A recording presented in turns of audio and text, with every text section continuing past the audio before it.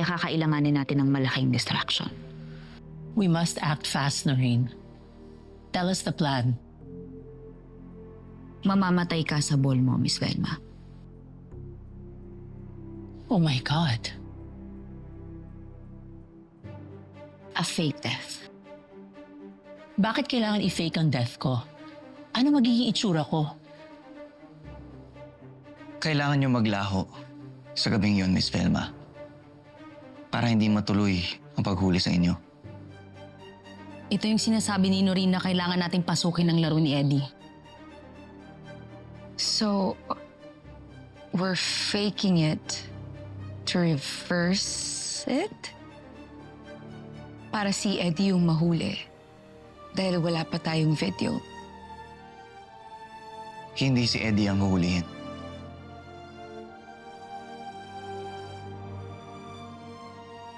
Sino?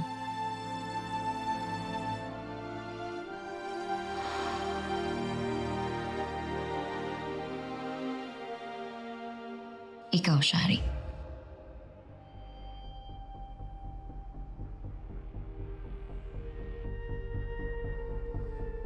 Me? Oh, come on, Noreen. This face does not belong in jail. Tsaka, Noreen, ayoko makulong. I know. Ganito yan. It will only be a matter of time bago makahalata si Eddie sa ginagawa natin. I'm sorry, but we have to do this. Kailangan unahan natin siya. Dahil kapag siya ang nakahuli sa atin, papatayin niya tayo. Ito lang ang naisip namin paraan. I'm sorry. Ito lang din ang paraan para hindi makaalis si Eddie. Panigurado kasi kung tuluyang mahuli si Miss Velma, katakas yan. Kailangan magstay ni Eddie dito at nang namomonitor natin ang galaw niya without him realizing that we're all pulling the strings. Ang kamatayan lang ng asawa niya ang makakapagpastay sa kanya.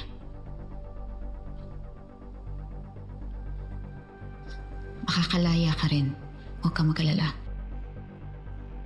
Eventually, all evidence will point to him nang hindi niya nalalaman. Hanggang sa tuluyan siyang mahuli.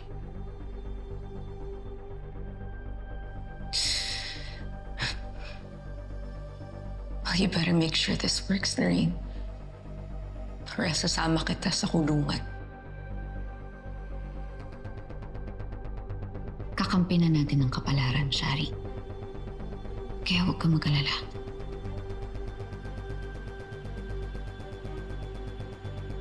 Are you okay with this, Miss Velma? As long as I die a glamorous death, then I guess count me in. Hindi kaya magduda si Eddie nito. Hulog na siya sa trap ko. Paniwalang paniwala siya na magkakampi talaga kami. Noreen, when I go to jail, can you make sure na makalabas ako agad-agad?